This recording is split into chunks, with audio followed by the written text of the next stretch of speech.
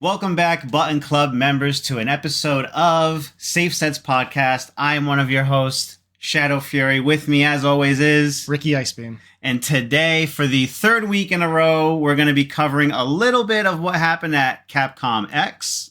And then we're going to move on. Yes, because 3 weeks in a row is, it's a lot of Capcom Cup content.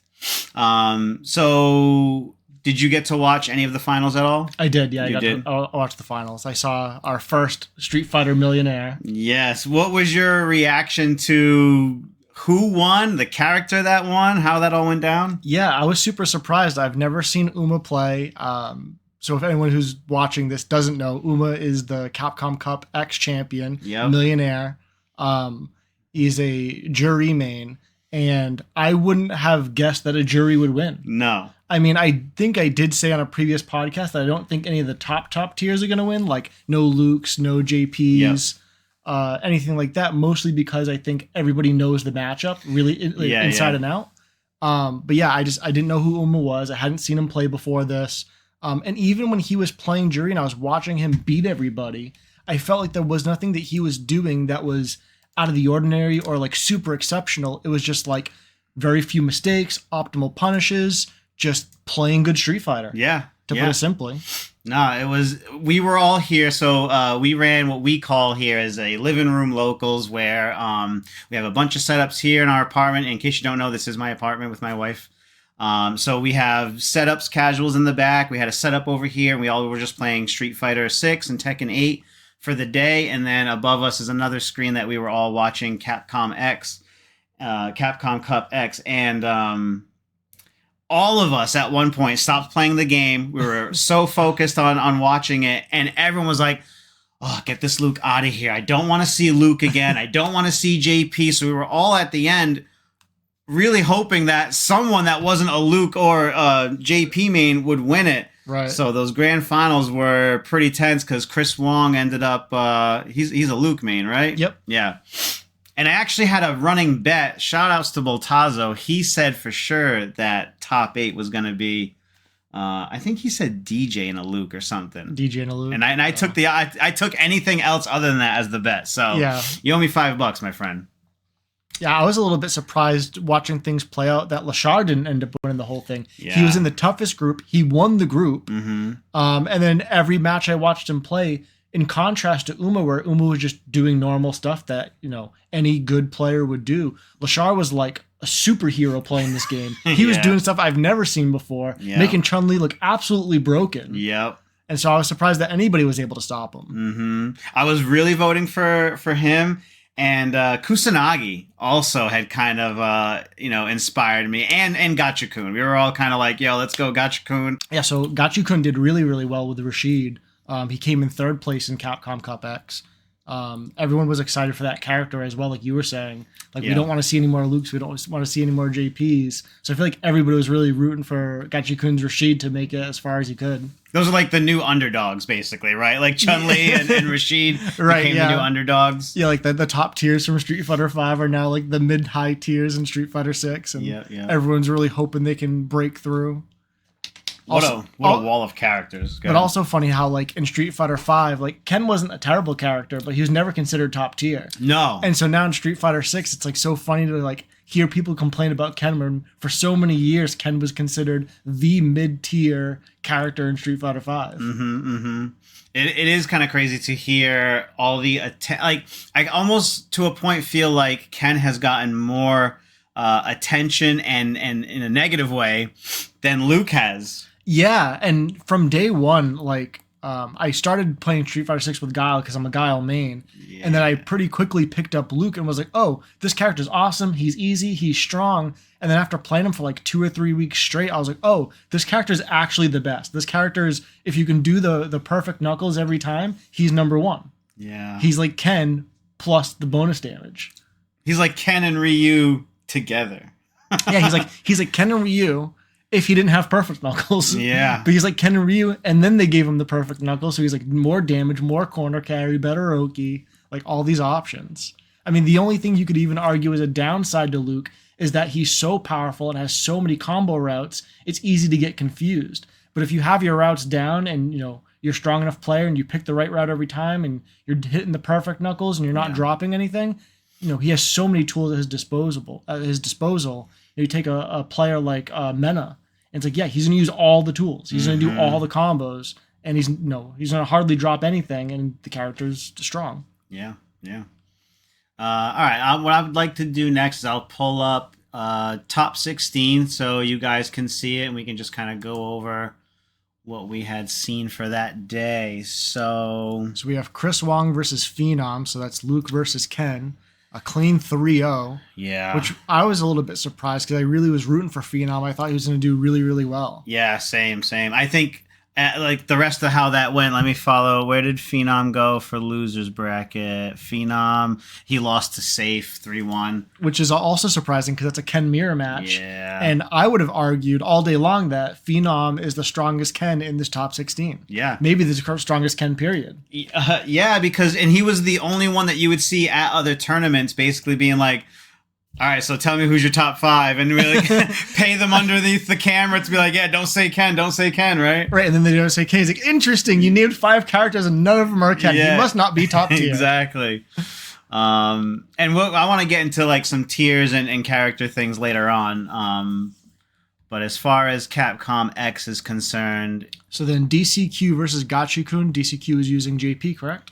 Yes, yeah. So that's a JP versus Rashid. I don't know that matchup well enough, but maybe that's a terrible matchup for Rashid. It was kind of like it was as unbalanced as you would imagine. Gachikun had to really work to get in. Once he was in, though, oh my god, he looked unstoppable. But again, anything that was a jump distance and more, then JP was looking super strong. So right, and this happened before the patch. So there was multiple nerfs to JP, and the biggest one in my opinion was the crouch heavy punch nerf, which we didn't realize his crouch heavy punch up until this point actually worked like an invincible DP when it comes to anti-airing. Dude, so I knew that button was strong. It's really good. But I guess I kind of was like, well, a lot of crouching heavy punches are strong, right? As an anti-air. I had no idea that it had upper body invincibility. Right. That's the biggest thing. So that was the biggest thing. Of course, like he is crouching, so you look at it like he's low, he's punching up. He's lower, so I thought it was that. But to have invincibility attached to it, that's some bull honky right there. I can't believe they gave him that. Yeah, and if you're not familiar with it, that's the equivalent of having no heart boxes. Yeah. Like none. That's the equivalent to a 6P in Guilty Gear. You have so much upper body invincibility, so that is meant to be your anti-air button, but it's almost equal across the cast. Right. In Guilty Gear, where in this game it is not. It's very, very broken. Yeah, so for a zoner to have a tool like that is so strong. Like, imagine if Guile's crouch heavy punch was invincible. And it trades how often? Every single time. Almost every single time. I feel like when Guile does crouch heavy punch and it doesn't trade, is because you almost have to hit it like preemptively. Yeah, like perfectly. And then something I realized recently, because like I was kind of bitching about that for a bit. I was like, oh man, like crouching heavy punch trading is terrible. But playing a lot of Guile this week, I'm like, oh, but it really separates us kind of a lot again. Yeah, in a good way for Guile. In a good way for Guile. So I was like, okay, you know what? Maybe I'll take that just to actually have another way to stuff my opponent's jump in and then be able to get back into my game plan. But yeah, that's neither here nor there. Uma just kind of he didn't lose at all. He there was no reset, right? No, there was a reset. I see it right here. Yeah, there was a reset. Yeah. So interestingly, Chris Wong won 3-0 versus Uma in grand finals, then got 3-0'd back. The reverse, which I'm sure hurt. Yeah. I mean, for $1 million, that hurts so much. Mm-hmm. His hurt we can talk about a little bit more in a second. Kawano, I was pretty surprised to see how far he made it but didn't make it, like he was definitely a contender to be in that top 3 spot. I honestly think this was a situation where you have a very, very strong player playing a very, very strong character, but I don't think he's a Luke main, honestly. Okay. Because he's just like following the meta. Luke's top tier, let me play it. Because being a Colleen main in 5, and that's who he won Evo with in 2022, there's no one in the game that can kind of compare to that, really, right? Right, and you could say like the light punch, medium punch, heavy punch target combo is similar because Colleen has that. You do that into a special move. But like I played a lot of Colleen in Street Fighter V. She was one of my mains, and it's like, yeah, I played Colleen in 5, and now I'm playing Luke in 6. But there's a huge disconnect between what Colleen was doing and what Luke is doing. Mm-hmm. And just because that works for you doesn't mean it would work for everybody, right? Yeah. And again, I think that when Kawano finds his character, we'll know it. Yeah, maybe it's coming. Hopefully Colleen's coming. Yeah. Season 2, I'm hoping. That wouldn't be too bad of a fit. I wouldn't mind seeing her again, right? I just don't know how they're going to deal with her parries.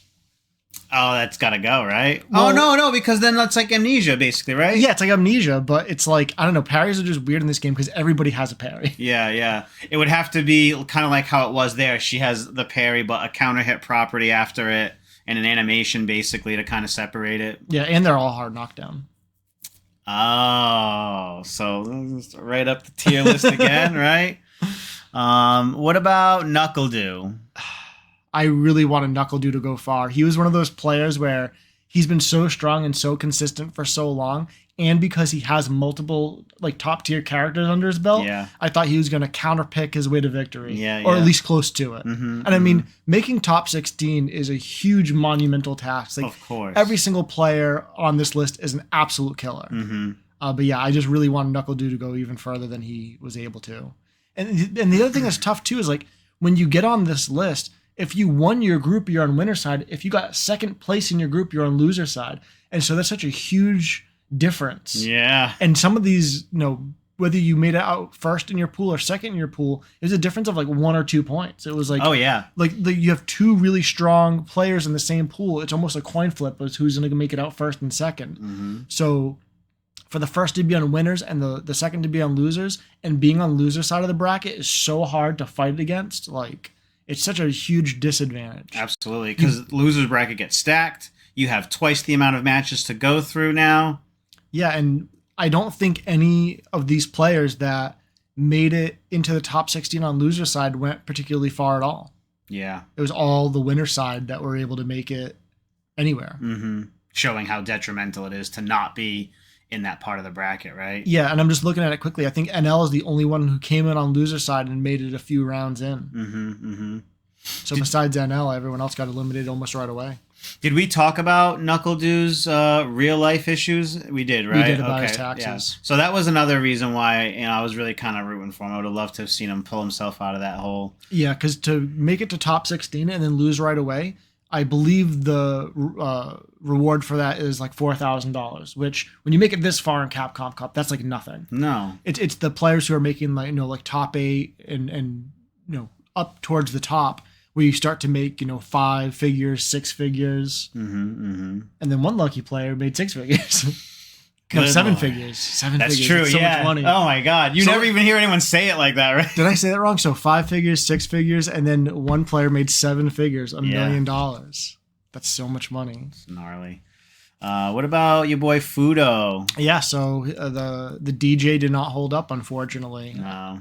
I think the lesson here is that against strong players, DJ is an absolute menace. But against the strongest players in the world, where they can perfect parry everything and they're making very few mistakes.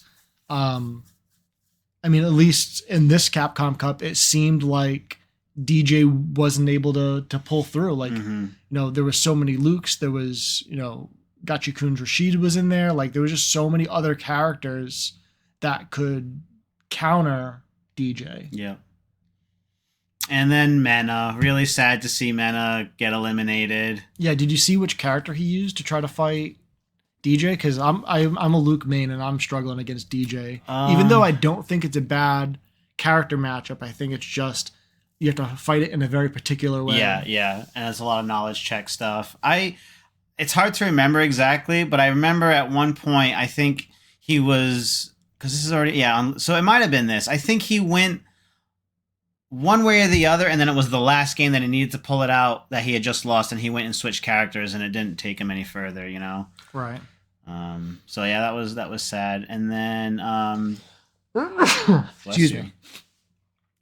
And then we got Dual Kevin. Yep. Fellow Luke main. Yep.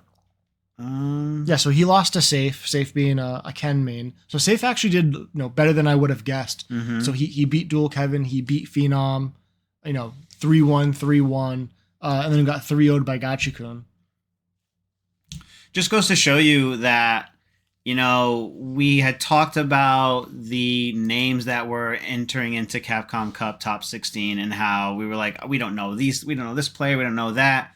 And then for two players to be at the top that were extremely lesser known will now be remembered forever because of this one situation. So it's the way the story played out is not how anyone would have thought it would have been written. But no, I mean, in here we are. Especially with Lashar, with the pool that Lashar was in, like everyone was like, is Angry Bird going to make it out of the pool? Is it going to be Mena? Is it going to be Kaba, right? Yeah, Kaba. Like so many strong players, and I don't know anybody who guessed Lashar. No. I mean, he's a strong player, but. And did you know Lashar is a King of Fighters player? I didn't know that. I didn't know anything about Lashar until I started watching Capcom Cup X. I had no idea either, and Diddle was here, and he was like, "Oh, he's a King of Fighters guy." Is he like a King of Fighters world champion? I don't know if he's a world champion. I just know he's like a popular or well-known King of Fighters player. Him and Kusanagi. Okay. Because I didn't realize that name was the last name of a King of Fighters character. Oh, it is. Okay. So crazy. And why wouldn't they try and do this, right? Like right, King for of $1 Fighters, million, yeah. And the games are similar enough. Yep. Where King of Fighters is and where this is, I'm not surprised at all that we had that type of. I would think that we would actually have more. Spillover from other games, like Tekken players right now being like, I got time to put into some Street Fighter before we start winning those that money, basically. Yeah, I think Sonic Fox did not have their priorities straight. No. And did you see he posted like, should I give Season 2 a try? I mean, obviously, I want everyone to play Street Fighter 6, Mm-hmm. and so strong players like that, absolutely, come on in. Come on in is right. Like I think you messed up already. That's what I'm saying. Like this was the $1 million tournament. Mm-hmm. We don't know if next year is going to be $1 million again. Well, so that was. Is there anything else you want to say about the Capcom Cup top 16? I mean, I think we said it all, and anybody who watched Capcom Cup X, watched it unfold. I don't think, besides Uma winning with Juri, I don't think there was any special surprises. Like, there was no Lily that made it really far. Like, there was no Ryu that had some secret tech where he was just beating everybody up. Mm-hmm. No, it was the game as we expected it to play out. Basically, there's your boy. With $1 million. I mean, I wonder how long that actually took to set in. Like the next day, like imagine, this is great, right? And then you maybe go out drinking with some friends and having a good time, and then you wake up the next day hungover and a millionaire. Yeah, and the only thing I could see as a potential bad side is like, not only did they win $1 million, everyone knows they won $1 million. Yeah. So all of a sudden he's gonna have second cousins calling him up. Yo, let's teach you some Street Fighter. I want to win next year. Yeah. All right. Is there anything else here? No, this is all the same stuff, right? Yeah, this is just the top 16 results in a different format. So I'll talk about the wrap-up show then. Yeah, so you were saying before we started recording that there was like a wrap-up show at the end of Capcom Cup. I didn't catch that. You missed next to nothing. Okay, so the biggest discussion on Twitter, and I almost posted about it, but a lot of other people were doing the same, so they really felt like there was no need to. But basically, once it all wrapped up, the blue and yellow confetti explosion on stage, they're interviewing Uma, and then they go to interview Chris Wong. Wow, and I think I heard a little bit about this where people like, do not, you should not be interviewing the loser after they just lost a $700,000 money match. No kidding. So the interview was awkward because poor Chris Wong looked like he was fighting back tears the entire time. I would be ugly crying if I was Chris Wong. I probably would have started swinging unless it was Rob TV. Yeah. I would have just walked off. I don't think I would have done an interview. And then so everyone was talking about how they beat to death the JP theme. Oh, like playing the theme They- during the Capcom Cup. They played it so often, and again, while these interviews are going down, the JP theme is blaring in the background, and the sound guy never accommodated for the microphones. Some of the microphones were really soft at first. It was hard to really hear what they were saying, so it was kind of a mess. And then by the time they actually figure it out, the COO of Capcom came on stage. Okay. So he's got his note card and his microphone, and halfway through his speech, the music finally cuts out. And this man looked like he was reading Japanese for the first time. And it's his native language. So he was soft-spoken. Maybe he was drunk. I have no idea. Looking at these cue cards, there was really no hype. So then someone else, I forget who the other commentator was that was with Rob TV, had to basically translate, right? And the translation is not bringing any type of hype at all. Right. So then they go, okay, we'd like to show you this video. So we're all wondering, what are we going to see? Right, because they told us they're not going to show us anything. Exactly. So this video starts playing, and it's to build up next year's Capcom Cup, but all it's doing is showing clips and highlights of throughout the years. Street Fighter V clips, Street Fighter 6. So it's just kind of like, well, where is this going? And then it just goes back to the stage. So there's no text, there's no announcement, there's nothing else with it. It's basically just a set of highlights, okay? Right, just like a trailer that they made you watch for no reason. That you watched for no reason because it told you nothing, and everything that they had shown we had already seen and had been kind of put in our faces already, right? So he continues reading, and then says basically, we're happy to give the $1 million out, but next year the payouts are going to be different. Okay. And then the crowd's reaction is not super positive, as you can imagine. Right, because when they say different, you're like, well, I assume it's going to be worse. It doesn't sound positive. Right, it doesn't sound positive. And that was an opinion I had when we started the Capcom Cup parts of our podcast, that I said, how long does this go on for before the money dries out? Can they continue to put out $2 million a year in prize pool? Right, 2 million total, $1 million to the winner. Yeah, and $1 million throughout the rest. And so when they said that, I was like, oh, I knew it. I knew it. The crowd starts booing a little bit. And again, like, he keeps reading, but nothing is... What they should have done is just had Rob TV talk. Yeah. They should have kept the COO out of there. Rob TV could have said everything that needed to be said. He would have brought the hype. We would have all understood. We wouldn't have to gone back and forth, because we're all there like waiting. What's happening, you know? Yeah, it's interesting that they would do it in Japanese. I mean, it's the tournament's happening in America. Like, do it in English. Yeah. And then he says, we are happy to announce that next year's Capcom Cup winner will be a millionaire. Okay, that sounds positive. So the crowd backpedals, goes from like kind of booing this guy to like, oh yeah, but I'm wondering if it's all or nothing now.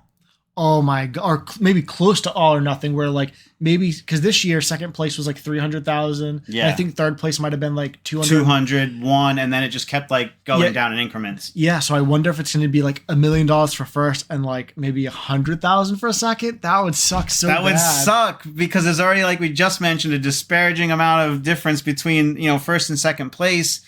And, people were saying all sorts of stuff like last chance qualifier should have had a payout, because that was its own separate tournament kind of, and those people had worked hard and trying to get in.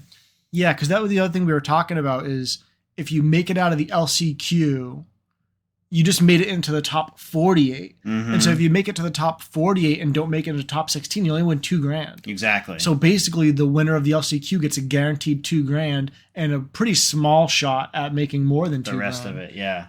But yeah, hearing that, if what we assume is true, and second, third, fourth place are not going to be making hundreds of thousands of dollars, I wouldn't be surprised if some competitors like don't try as hard. Yeah. Because obviously everyone came out and tried to win $1 million, but I think a lot of pro players had the rational mindset of being like, if I can make top 8, I'll make enough to cover my year. Like if I can make $100,000 in Capcom Cup X, I can live off that for a year. Oh yeah, absolutely. But if that's not going to be the case for next year, if it's the first place wins $1 million and second place wins so much less, and fourth place wins like $10,000 or something. Yeah. Then it's like you can't even justify, like, how do the sponsors even justify sending their players? Mm-hmm. Which there was some stuff about sponsors recently I wanted to mention quickly. I don't know if you saw that Phenom and Veggie. got let go from their team after 10 years, I think, of being with them. Yeah, and they're no longer doing Street Fighter. Yeah, and I think now is a good time to do it because like Capcom Cup just ended, and so this is going to be like the biggest bang for their buck, or like the biggest payoff for having these players sponsored on their team. And so like this season of Street Fighter is practically over. We don't know enough about season 2 yet, but you know, in the coming weeks, coming months, we're going to start finding out and getting into season 2. And so I feel like now is a good time for players and sponsors to change things up so that they're set up and ready for season 2. Which will start with the anniversary of Street Fighter 6. So it won't just be like season 2 character wise, but it's season 2 for Capcom Cup and everything else. Right, year 2 of the game. Yeah. But like to have this whole showing at the end in such poor quality and then to not be definitive in any type of details, it was almost like, well, then why even tell us this? Right, and why show us that weird trailer? Like, you should have had text up there and been like, next year's champion will be a millionaire in English, text on the screen. And that's all you would have needed, actually. Yeah. Like, the crowd would have just been like, oh my God, yeah, again. And then, instead of hearing information from someone and still not being able to understand what's going on, rather than, look, this is all we've told you, I think that would have been a much better look. So, yeah, the wrap-up show was absolutely horrible, to the point where I was like, if this is 10 Capcom Cups in, how have we not figured out how to do this the right way at this point? Because it completely looks like the bargain store version of, by comparison to winning $1 million for this big tournament, Yeah, and what's interesting about that, too, is like, they didn't have to say anything. No. They told us they weren't going to say anything. The COO could have never come out. Yep. They could have never played that trailer. They could have not said anything about the prize money for next year. They could have waited and told us at a later date. And left all the attention on Uma. Yeah, which was the point. Rather than like, okay, he's the millionaire, get off stage. Hey, next year, this is what's going on. Keep your eyes peeled. We're going to kind of not tell you. Yeah. So I just thought the wrap-up show was absolutely terrible. Not a fan. They really need to work on doing better and communicating.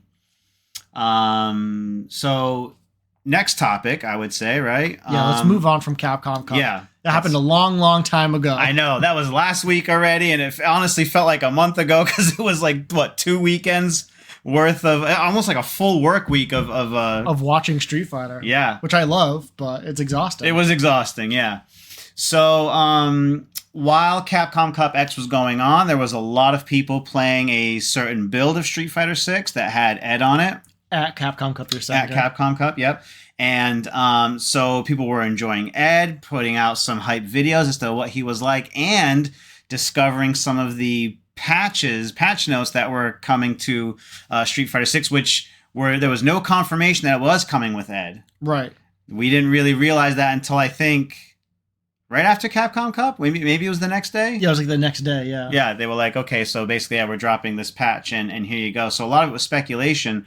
What did you think from what you were seeing for some of the the leaks of the patch? So I was a little bit confused, too, because when I was seeing people at Capcom Cup X post videos and talking about on Twitter about what they're seeing with this new Ed build and the small differences, I wasn't sure if it was like, is this going to be a small patch that we're getting now, which ended up being the case, or is this stuff that we're not supposed to see yet? Is this stuff that they've implemented Ed, did all the testing with him, and then they were testing stuff for season 2 and forgot, and they accidentally left it on there. Yeah. That's what I was thinking, that this is going to be stuff that we weren't going to see right away. But from what I saw, and then from the patch notes that we got, it seems like, this was just the patch that they just released. It was just a way of teasing it to us, basically. Which is really interesting because they're like, hey, you can play Ed here, and then there's other small changes, but they didn't mention the small changes. Like, did they think we wouldn't notice? Yeah. Did you think people weren't going to, at this big $1 million tournament, not be like, well, what's Ken got now? Oh, throw loops? Throw loops are dead? Yeah, right. I feel bad for all the Ken mains who are just playing on the casual setups. They couldn't do their throw loop. Maybe that kind of mentally messed with some of them who had to go up there, and they were like, man, I better throw this guy 12 times in a row because this is the last time I'm going to be able to do it now because, Ken's throw loops are dead to a degree now, right? Yeah. So I think you can still do the walk-up throw loop. Yeah, it's just not auto timed. You can dash up. I think you're still +1. And then someone actually posted today on Twitter, they were saying what looks like a nerf was a buff in a different way. Yeah, I saw that. So like once you do the forward throw in the corner with Ken, you can throw an OD fireball, and if it hits, you can combo right into stand heavy punch. Yeah. And if it doesn't hit, you can still press stand heavy punch because the OD fireball becomes +7 on block. Yeah. And off the top of my head, I think Ken's stand heavy punch is like 10 frames or so. Yeah, I think they had 9 or 10 frames. Yeah, so it's a 10 frame startup. So that's a frame trap. So you can just throw OD fireball, stand heavy punch, and then if it's comboing, just finish your combo. Yeah. And if it's not comboing, you can stop or you can drive rush. Like you can OD fireball again. Mm-hmm. I thought it was really interesting, and I also thought it was interesting that to take a throw loop from a character. Now, I know not everyone has throw loops. That's kind of the whole business of the game, right? But if throw loops are an issue, why would they remove it from one character despite where they are in the tier list compared to removing it for everyone? Right. And like I would understand better if they're like, oh, throw loops are in the game, but only walk up throw loops. We got rid of the dash up throw loop. So like the characters where you throw and you dash up, now you're minus. Like that would make total sense to me. Because the characters that have the dash up throw loops are extremely powerful in my opinion. But then also characters like Guile they don't have a throw loop unless you drive rush. And like that philosophy makes a lot of sense to me. Yes. Like, oh, you have to spend drive meter, and if you're a good enough player, reacting to the screen freeze and the green flash on the character is pretty doable, especially if you have like an OD DP ready to rock. Yeah. So that's relatively easy to stop. And so I was kind of seeing like, oh, like maybe they're going to do that instead. But yeah, it was strange. They adjusted Ken's, and I don't think they adjusted anybody else's. No. So the top tier characters that had throw loops still have them. The dash up throw loops are still there. Yeah. So I just don't understand what it is that they wanted. And I also understand that not every character has to be exactly the same. Like I can understand Guile have a drive rush throw loop and a different character have a regular throw loop. But there needs to be some kind of rhyme or reason to it. I agree. Because that's what I couldn't wrap my head around is why is Ken getting affected and not Luke? Who has this, you know what I mean? Yeah, or Ryu. Or Ryu even, you know? Like Ryu's is even like with Luke's you have to do a walk up throw, and so you have to walk all the way up and do it. So like you have to time it well, and you can't like walk all the way into throw range and then walk back for the shimmy because you'll get thrown if you do that. Yeah. But with Ryu, it's like you forward throw, you whiff stand jab, and you're in range, You're ready to to throw. go. It's so quick, so easy. It's like automatic. So I was pretty surprised by that.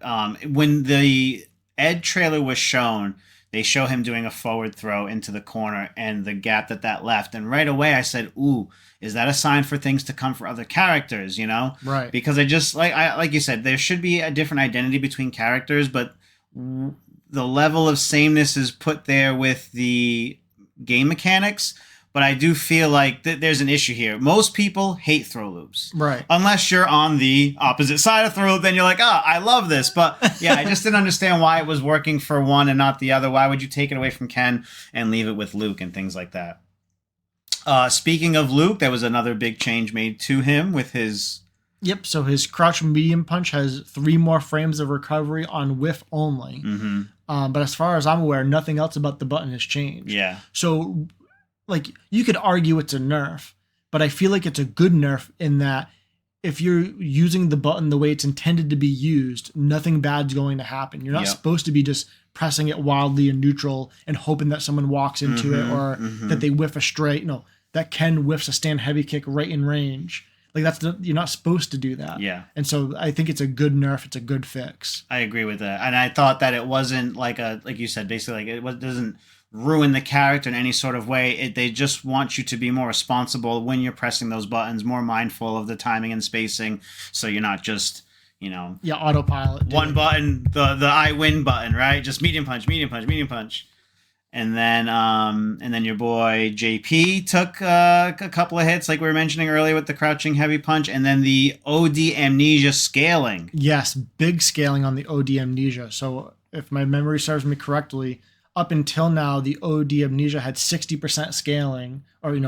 from 100% damage down to 60%. So it was scaled by 40%.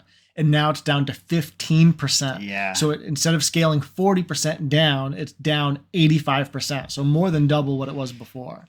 It's crazy. It's crazy, but the thing that I think is fair about it is that OD Amnesia beats regular throw. Yeah. Like, it doesn't tech the throw, it beats the throw. Mm-hmm. And so I feel like similar to how perfect parry scales a lot. And so once you perfect parry someone and you go for a combo, you're like, okay, unless I'm going to burn all my drive rush meter and go right into level 3, this is going to do essentially no damage. And so players tend to do short combos that give them good Oki, or they side switch or something along those lines.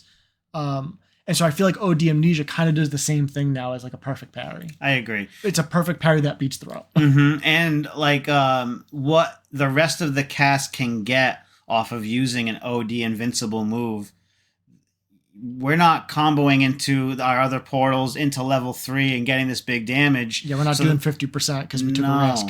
Yeah, exactly. So the fact that he can still continue this big boy combo and now has to be more mindful, what am I doing right now? Because I know this is going to scale. I shouldn't use this much meter or this much meter. I think definitely kind of balanced that out and made that a lot more fair. And I was happy to see that. I'm not a JP main. I feel nothing for you JP mains out there, okay? Nothing but contempt. Yeah. Third Eye, if you're watching this, enjoy your nerfs, my friend. But the thing I will say is, like, it went from, okay, I'm playing well, I have this JP player in the corner, I'm going to mix him up with button or throw, and it's not like if I do button and I'm right, I win, and if I do throw, I'm wrong and I lose. It's like, if you button or throw, both answers are wrong and the round is over. And now I think it's that because the OD Amnesia still beats throw, it's like, okay, now the round isn't over, but I'm assuming JP can get the OD Amnesia into a side switch combo. Then he has to guess at least one more time to end that round. And I feel like that's a lot more fair. It changes the momentum in a more balanced way rather than, haha, I guessed right, because basically my paper is covering scissors and rock, okay? Exactly, yeah. And hold that, okay?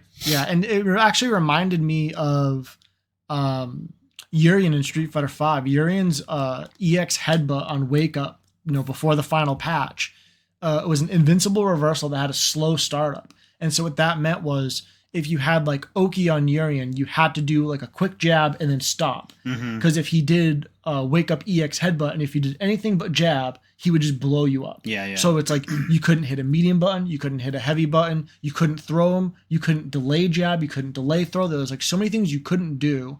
And then Urian had a really far throw range. So it got to the point where like you would knock Urian down and just back up. Because you're like, I don't want to eat this EX headbutt, and I don't want to get back thrown into the corner. So you're just letting him get it for free all the time. And that's what JP reminded me of, where it's like, oh, if he has any drive meter at all, button or throw is going to lose to this OD Amnesia, and I'm going to lose, essentially. And so now I feel like it's a bit more fair, where it acts more like a perfect parry. Yeah.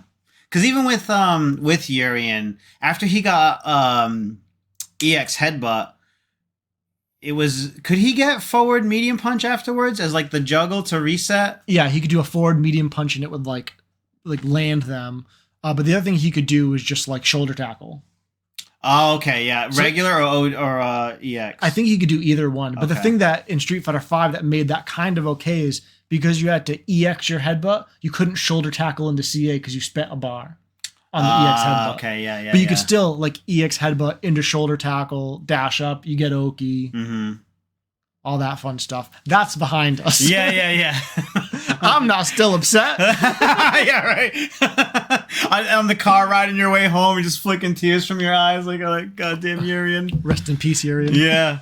And then I think the only other character to mention for the patch would probably be Ryu, right? Yeah, Ryu got reasonable buffs, but strong buffs. Buffs that he really, really needed. Yeah. Agreed. And in my opinion, the things that they changed about him, and I don't know them off the top of my head, but like they buffed his, I forget what it's called, like the fireball that doesn't go anywhere. The light punch, palm thrust, or Hashugeki. Yeah, the palm fireball. So that got buffed, so I believe it's more plus on block now. It's -3, so it's safe for him. Yep. And then the heavy punch version is plus. It's got longer startup, and they reduced the pushback on it. So now even after he does it and you've eaten those plus frames, you have to guess again. Right. Yeah, yeah. And so I think that they buffed Ryu in a way that is going to help Ryu mains do a little bit better. Mm-hmm. But I don't think they buffed Ryu enough to the point where people are going to be dropping their mains and picking up Ryu because of this. Okay, well, today on Twitter, on today's episode of What's Happening on Twitter, Daigo was seen playing a bunch of Ryu. That might be, well, to be fair, he is a Ryu main. He just hasn't been playing Ryu. There's a clip of I got him. an option select. There's a clip of him whiff punishing a Juri main. I saw this. You saw that? And his reaction, like a little kid. yeah, it was adorable. Most of the time, I feel like when you see Daigo, he's very stoic and very serious. But on his streams, I love how he lets loose and just becomes this different person. Like you said, very much like a child. It was really hilarious. Yeah, he was like charging up the Denjin, and then he was like whiff punishing with stand medium kick. Yeah. And it would get punish counter, and then he would confirm into level 1. Yeah. He did it 3 times in a row. It was so amazing. Because he did that in Street Fighter V all the time. Yeah, yeah. Phenom talked about it, and even Chris T was basically like, all right, can someone give me the lowdown on what's going on with these two characters, because I'm trying to figure out if Ken's even worth playing at this point. Which, people doom about their characters all the time, so maybe that's just his way to get through it, but whatever. Yeah. I think Ken's fine. I think he's, there was another adjustment they made too on his drive rush jab. I don't know exactly what it is, but I know it's more in line with he can get checked with that a lot easier. It's not so free for him. So maybe the hurt box is bigger or something like that? I think that's it. Yeah. If you guys want a complete recap of the patch notes from for Street Fighter 6, myself and Tomlet did a live stream where we went over everything, kind of briefly, just went over and saw everything. And I will tell you, the first half hour of that video is a waste of your time because I was covering a different patch. Oh, you were talking about... Wait, what other patch? It was a minor patch, and I'm like, where's the things that I know have been changed? It's all these little quality of life changes. Where is this? And he's like, maybe it was the patch when they changed the dry rush input. So instead of going dash forward, you can also press parry. Yeah. I don't remember which one it was, but I felt like an absolute moron because I'm like, okay, well, that's 30 minutes of this video in absolute waste. So go ahead and check that out. Give that a like in case you need any understanding on what's going on with the patch and stuff like that. Is there anything else you want to cover about the patch? Not really. I was honestly surprised that they didn't touch even just like a little bit on more characters. It seemed that just a handful of characters got any meaningful changes. And I was surprised that Luke didn't get hit harder. I think Luke should and will get nerfed in the season 2 patch. Yeah. I think this was basically like just putting a Band-Aid on a few situations and basically saying like, we hear you, we hear what's at the top of the list of these complaints. Here's a little bit to kind of hold you over, but the big change is coming. Especially I imagine with Akuma, right? Yeah, and I think the message that I received that I was glad to hear is that the players and Capcom devs are on the same page on which characters are too strong and which characters need buffs. Mm-hmm. Where in the past that wasn't always the case because, like in Street Fighter V, Cammy would notoriously win tournaments and get top 8s left and right, and the patch notes would come out and she got buffed every single time, and nobody could figure out why. And then there was like an interview at one point where they were saying that internally in Capcom, the devs thought that Alex was the strongest character in the game. Yeah. And unanimously, all the pro players would say he's either the worst or like definitely bottom 5. Yeah. And I think something like that might just be a case of like different skill levels. Like if in Street Fighter V, you were like a gold rank, and you're into an Alex, you would get steamrolled because you can't react to anything he's doing. Like the character's really powerful but really slow. And at the highest level with the pros, it's like, oh, we can just react to everything. Alex has no tools that can do anything. I think the only person that made Alex look good was like Problem X. Right, and even then, that's just like taking one of the strongest players we have and making him play a low tier character. And he wasn't like winning tournaments left and right. It was like he was making top 16 sometimes. Or certain matchups, right? Or whatever. Yeah, he would use different characters to get far in a bracket and then release the Alex. Yeah. Which makes sense. Yeah, I really would rather not see such a disconnect. I don't want anyone reading patch notes and going, how, why? Right. If they buffed JP, I would be crying right now. This would be a very different podcast. Seriously. What game are you playing? That happens sometimes with Guilty Gear. Guilty Gear would come up with these patches. I'm like, are you guys blind? Are you not seeing the state of this game? I don't understand what you're playing, what you're seeing, you know? Yeah, more importantly, are you guys playing your own game? Like, are you guys in ranked? Like, what rank are you? Yeah. Can I play against you? Can Seriously, I show you? Yeah, because there were just so many questionable things that would happen. And that is a surefire way to lose your audience. Yes. Anyone in the fighting game, we put a lot of time and hours into this, and I don't want to see my efforts feel useless by, you know, the people making the game just not listening, not paying attention, and feeling that disconnect. Right. I will play this. Everyone will play this game more once they realize, oh, they're actually listening. So if I bitch about enough on Twitter, I know it's going to get remedied and whatever. Right. And what's interesting about that too is like some of it is psychological. Like everybody's been complaining about JP. Whether JP's actually the strongest, you could argue. Mm-hmm. But if you nerf JP, so many more players are going to be happy than are going to be sad. It's like a good change. It is. So same thing. Like they buffed Jamie. They made him so he can get a drink off of throw. That's right. Yeah. Like everybody was saying Jamie sucked, and maybe he does. Maybe he's mid tier. I'm not going to argue that, but. Like by buffing Jamie, more players are going to be happy with that change than upset. Absolutely. Like obviously, all the Jamie players will be happy. Players who aren't playing Jamie will be happy for the Jamie players, and there'll just be a handful of salty players that don't want anything good on any character. Yeah, exactly. Yeah. And those opinions you just leave by the wayside because it's not about just you; it's about everyone. Right, but like long story short, like buff Ryu, buff JP. Buff Ryu, buff Jamie. Everyone's happy. Nerf JP, nerf Ken, everyone's happy. Yeah. I feel like there was one other thing I wanted to say. Oh, so you were mentioning about making the right types of adjustments. And I don't know if you've seen it. You probably have. There's a video of someone who used to be competitive into Street Fighter 4 and was working with Iron Galaxy on Killer Instinct. Okay. And they talked about a patch with Jago. Do you know which video I'm talking about? No.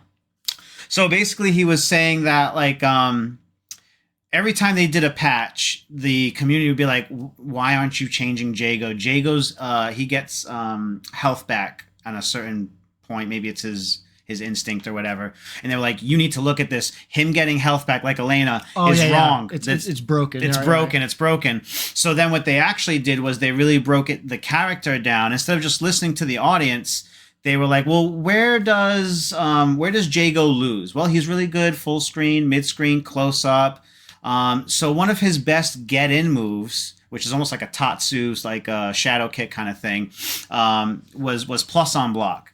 And when these big patch notes came out, they made it negative on block. Right. And everyone was pissed. They're like, no, you're not listening. We told you it was the health regain and not this. And then after about a couple of weeks to a month, all that talk kind of settled because then the community realized, oh, wow, I'm actually having more success beating this character.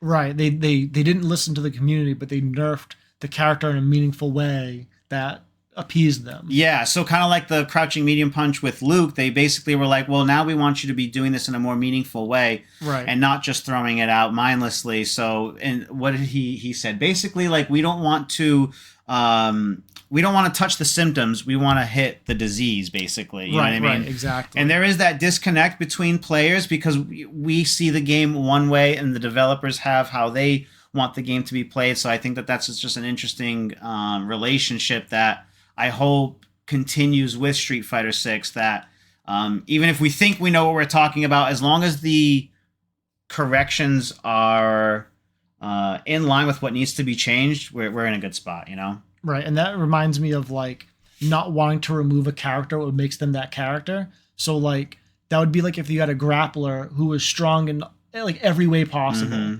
and you're like, man, this character's so good, you need to get rid of their command throw because it's unfair. And it's like, well, we could do that, or we could like nerf the Roki. Yeah, or the damage on that or something, you know? Exactly. Like, this is what this character archetype is meant to do, but maybe the problem lies in this, and that, you know? Right, so if we get to the root of the problem, then instead of just complaining about the command throw, it's like the command throw is fine if they don't have all these other tools that help them get into a position to do their command throw. There's always going to be tier lists. I do think that JP should remain a relatively strong character. I just don't think there should be that big of a fall off between where him and Luke are at and then these other characters, you know? Yeah, and the other thing that's tough with tier lists too is like it's a different tier list for a different skill level. Like at the highest level, I mean, it's going to be different. Like I think DJ is a really strong character, and we didn't see DJs in the top 8 of Capcom Cup X, but that might just mean DJ's not top tier at the highest level, but you know, just below the highest level, you know, strong players, he's just very strong and hard to deal with. And you know, you make one mistake and he kills you. It's like, well, what happens when you make 0 mistakes? He doesn't get the damage. Yeah. What did you think about what they did with his sway? So I think it was a good change. So what they did was they made his sway low. It's still -3 on block like it was before, but there's less pushback, so that if he does it, you can throw him. And so that's good because before you couldn't throw him, and so basically you have to either press a button or don't press a button. So he would either perfect parry or do nothing. It didn't really matter. And so now you're making him guess, and so that's a good thing and a bad thing. The bad thing, so the good thing is he can't just safely perfect parry there anymore. Yeah. But the bad thing is he has a pretty good situation for just OD flash kicking in your face. Yeah, it's what do they call? They call them burfs, right? It's like a nerf / buff. yeah. So it made the situation worse for DJ, but not strictly worse. Yeah, it's like it made it better, it made it worse, but overall it's worse. And then Zian was on Twitter and he was like, no, this is a buff. You saw that? And yeah. He had his opponent in burnout and just kind of kept looping that with some other stuff. Yeah, because what he was saying was because there's less pushback, when they block the sway low, you can do a stand jab and it makes contact. So he was doing he put his opponent in burnout. You do sway low, which is now +1. Oh, I mean, it's always been +1. Yeah, but now he can reach with a stand jab. Yeah. So he would stand jab into sway low, stand jab into sway low, and he just kept looping it. And I'm sure there's a gap in there somewhere, or like maybe you have to hold up or something to get air reset. But either way, he made it look very. Yeah, he did. Yeah. All right, moving on, right? Off of this topic, we'll go to the next. The next biggest thing going on in Street Fighter 6 is our newest addition to Season 1 character DLC. Ed, what do you think of Ed? So, honestly, I think my opinion doesn't hold much weight because I haven't seen enough of Ed to really know. Yeah. But my initial reaction is that, so like in Street Fighter 5, Ed had no motion inputs. And so he was kind of like the test for modern controls, in my opinion. Yep. And so when they brought him into Street Fighter 6, they didn't give him just the modern moveset. They gave him like a full set of motion controls for all his special moves. And they gave him a lot of tools and a lot of cool stuff. I think they made him a very complex character. And I think that a lot of Ed mains from Street Fighter 5 most likely picked Ed because the simplified game plan, the simplified tools, and most importantly, the simplified inputs helped the players because they like simple. And so to take a character who's simple like Ed from Street Fighter 5 and turn him into a character that's similar to Dalsum, with the number of tools he has and essentially needing to choose the right tool for the right situation at the right time, I wouldn't be surprised if a lot of Ed mains from 5 don't stick with Ed in Street Fighter 6, or if they do, I think they're going to play either modern control or of the many tools that he has in Street Fighter 6, I think they're going to pick like their favorite 3 and just do leave those. It at that. Yeah. And basically use like half his kit. What do you think about Ed? I was excited. My enthusiasm with him for 6 has done this, right? Like as you thought, like as you heard he was being released, as he was coming up, then he was finally released. All that, you know. I loved him in 5. Simple, effective, kind of a good guy with the bad guy powers. Looked forward to seeing him in 6. The first trailer was horrible. The second trailer, you know, we were wooing over him over here for like 45 minutes on the channel with the reaction. And that was when we realized that he had no kicks, right? Yeah, it was right around that time. Big news. So that alone scared me because I've never been a boxer main. Never really gravitated towards that. I like being able to see clear cut the difference in the animations of these buttons, right? But that reveal trailer was so cool. It looked like he had a lot, and Jared was basically like, he looks like he'll be difficult to use. And in my simple brain, I thought, there's no way that they can go north to south with this guy. There's no way he'll be from simple to like a Manat. Yeah, and he released the night of our last Button Club. Yep. And I was like, I'm going to refrain from playing because I want to make content out of this. I'm going to save it for tomorrow. And I was seeing everyone else kind of react, and then I played him, and I was miserable. You didn't like it? I did not like it at all. He's just difficult to use. Yeah. I don't want to say he felt clunky, but there's times where I'm like, I know that this should link, and it doesn't link. I had a really hard time with his command dash. You haven't played him at all? I haven't played him at all. So that sway command dash that he has, if he presses forward and a punch button in the beginning, he gets one different type of punch. Yep. And then there's a second half to that animation that he gets a separate punch. And they are differences in which combo you can do for that type of move. And I just found it so difficult to realize where's the cutoff point on this. The animation's not so clear. Yep. Having so many tools when I was facing against my brother, Karate Kevin, and I felt like every time I went to go change something up was when I made the wrong decision, because the that flicker grab that he has, he's got low, straight, and high. So I would be abusing the straight one, waiting for him to jump, and then I would whiff the jump one, and he would get right in. I don't think his fireball is going to win any fireball games, unfortunately. It's kind of cool to bait, create the fireball, catch them on a jump. Yep. But if you're going against, face-to-face with Ryu or Guile, you're losing that fireball war. Yeah. And his combos, I know sometimes Capcom puts these combo trials together for people, and they're not always optimal. Yeah, a lot of times they're like cool, interesting things that are relatively hard to do. But then you're like, oh, there's a 4-hit combo that's super easy and does more damage. I'm just going to do that every time. Yeah. So that initially put me off. You can check it out on the channel, hang out with myself and Tomlet and watch my first impressions of playing with Ed. I definitely do recommend checking out that video. But yeah, I got to Advanced 4 for his combo tutorial. And I had struggled on a couple of them to get there. And I was like, I just hate this. This almost doesn't make sense to me. He's not intuitive at all. He's probably the least orthodox Street Fighter character I've ever seen. Right. I don't have any experience with Dalsum, but that comparison actually made a lot of sense the way you said it. Yeah. And he's really not for me. I don't see why I'd want to put too much time into him. Even the other night, I was like, okay, I kind of feel like I should make this work. I really like Ed. Let me go back and play. And yeah, it just wasn't clicking. It was to the point where I was getting mad that it's okay to not know everything about a character right away, obviously, right? But I was just like, why isn't this working? I was able to combo that the first time. Why can't I go into this the second time? And it was a mess. I hated it. Yeah, and I think what you touched on is correct. Like, he's going to be similar to Dalsum, where there's Dalsum mains and they play Dalsum and they rarely play any of the characters, and they do pretty well. A long time after their characters, into a game, because it takes them a long time to master this difficult and complicated character. Mm-hmm. And I think Ed's going to be the same way. There's going to be a handful of Ed mains. They're going to do well in tournaments, but they're going to, work their knuckles to the bone. Yeah, to get there. Yeah, to get everything, all the juice, squeeze all the juice out of this character as much as they can get. Mm-hmm. And I don't think we're going to see a lot of like pocket Eds. I don't think we're going to see a lot of that does make sense. Players like Mena, where he was playing mostly Luke and Blanca. I don't think we're going to see players playing like Cammy and Ed. Like, I just don't see that combo happening. No. Basically, similar to what you said about the difference between Street Fighter V players and Street Fighter 6, is I feel like that's exactly what happened. Street Fighter V players that liked Ed, which are close to the casual audience, right? There's very few... Very few people who were really successful competitively with Ed. And so the casuals loved him. And then...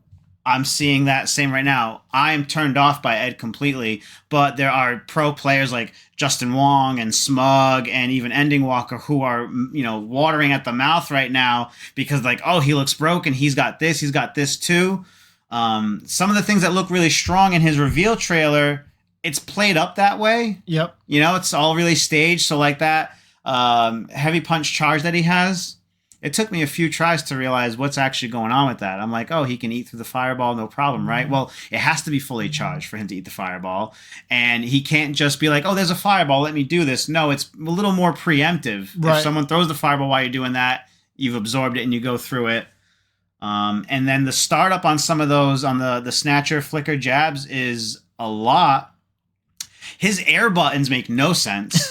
Have you seen any of the animations for that? I saw some. So I've played against a few Eds mostly in like Battle Hub. Yeah. But I haven't played any like Eds that had like a full grasp of the character. Yeah. Like we saw, I don't know if you saw, Punk entered an online tournament recently using Ed like within 24 hours, and he did pretty well. Yeah. And I was watching him and like seeing stuff that I hadn't really seen Ed players do. So I haven't run into any player of that caliber who's using most of Ed's tools. Yeah. Even his he's got a flicker, I think it's medium kick, and it's aimed towards the feet, right? So I'm thinking, wow, what a powerful low. It's a high. That blew my mind. To see that in training mode, to go, oh, let me hit his feet high, it just didn't really make sense to me. I think what's going to happen with Ed is basically if he is a character that I end up taking seriously, which I don't think so, but I think it's going to take time for me to be able to see what players are doing. And then adapt. And mimic what they're doing. I learn better that way. It's a lot harder for me to figure out so many of these things by myself. I'm a little bit better at kind of monkey see, monkey do. So I would like to see where that evolves, but yeah, I'm really not sure. I think this is like the most difficult character to hit, Street Fighter 6 so far for sure. Yeah, definitely the most complicated outside of maybe Dawson. Yeah. A lot of tools, a lot of stuff going on. He's got really good safe jump stuff, safe jump setups. Yeah, he also so like his like uppercut is really, really slow on startup. Yeah. So people have been posting tech where like you can basically safe jump him like a variety of ways. And so I think that alone is gonna like make the character much less popular. Like instead of a character having like 2 or 3 commonly used safe jumps, if against Ed they have like 8, a plethora. Yeah, like if they gotta do so many setups, it's like if you're playing Ed, you just have to assume like, okay, everything they're doing is a safe jump. I just gotta take all this. Every jump safe. Don't press a button. Yeah, don't try to do my slow uppercut. Yeah. And that's another thing too. Like his OD DP being slower to get the invincible frames, much like in Street Fighter V. He's gonna struggle in that corner.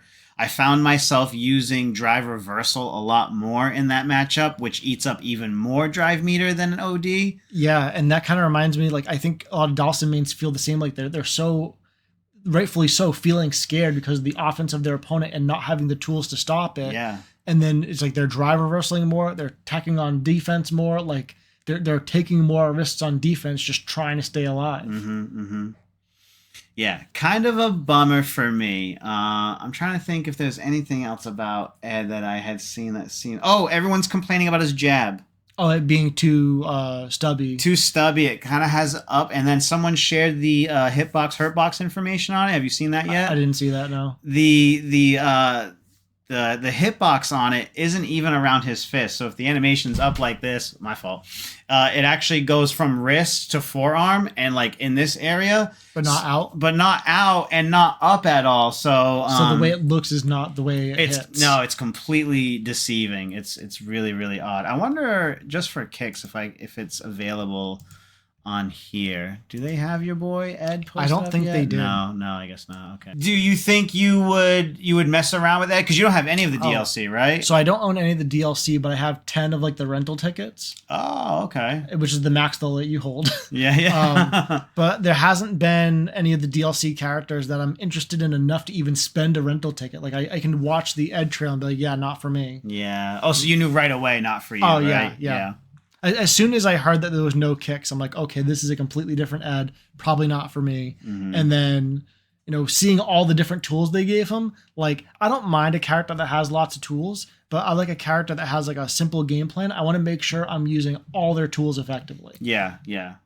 And you would hate to, like I was saying before, use one tool instead of the, heavy punch version of it, get stuff for it, and then you're like, man, if only I had done this instead. If if I had done that, where to have a simpler game plan and simpler tools that cover more bases, rather than you've got 12 tools and they're very, and they're for 12 different situations, rather than, well, you have 5 tools, but they cover this much of a spread, right? Right, exactly. I'd rather have a character with like 5 or 6 tools, and I can use all 5 or 6 tools, and they make sense and they do different things, than for a character to have 12 tools and be like, oh, I'm only using 10 of these 12. 2 of these are practically useless. And now I'm trying to figure out how and when I'm going to use all 10 of these tools. It's like, give me a simpler game plan, and I want to outplay my opponent, and that's it. Yeah. I don't want to lose to myself anymore. Thank you. And that's kind of where I'm at also with myself, especially going back to Guile and some of, same thing with Ken. He's got a lot of different tools. He's got a lot of juggle combos that, in the heat of the moment and in the grind of the game, I would mess up, and I'm finding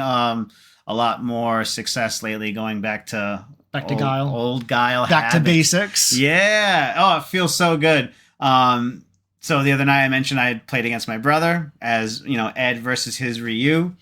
And I think it was like 10-5 or something. In his favor? In his favor. And I'm fuming over here, okay? I am absolutely fuming because there's things that I know he's doing, but I just don't know how to counteract them with this character yet. Right, yeah. He's playing the character he's been playing since launch, basically. Yeah. And you're picking up a brand new character. And rightfully so. I wasn't going to be like, oh, can you pick Ken, because like... Can you play worse, please? Yeah, Can you let me win? I kind of need to see where I'm at, and of course, part of that is for fun, but I'm having a little bit more fun if I'm winning. Of course. And then I'm like, okay, I've had enough of this. Let me go to Guile. Yep. And I've kind of been keeping Guile away from him a little bit because I don't want to give all that information. So when we play, usually casually, it's Ken. Yep. Knowing full well that I'm playing Guile, but I'm trying to give him that information instead. So I'm like, okay, I've had enough. Switching to Guile. 10-2. Ooh. Stuffed. And how is he feeling after that? So after I win 10, I select like, let's go back to the battle hub. And it's getting late. We've been playing for a little while, and he's right out the door. He's gone. And I don't want to add fuel to the fire. I don't want to be like, hey man, like GG's this and that. I just kind of leave it go. But I imagine that there's no way he was happy about how that went, and I could see him getting frustrated throughout the match. Standing medium kick, anti-airs every single time he went to do that. I was even better at reacting to drive impact. Yeah, it was just my brain was clear because of the game plan. Yeah, the simpler game plan. Yep. Press and crouch medium kick 6 times in a row. So yeah, that got him a little bit, and then like the last one, overhead. Nuts. All right, everyone. That's going to wrap it up for this episode of the Safe Sets podcast. I hope you have enjoyed it.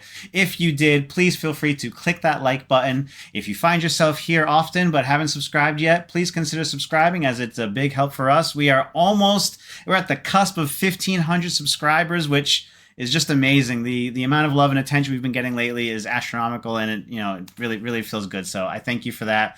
Comment down below what you thought of Capcom Cup X.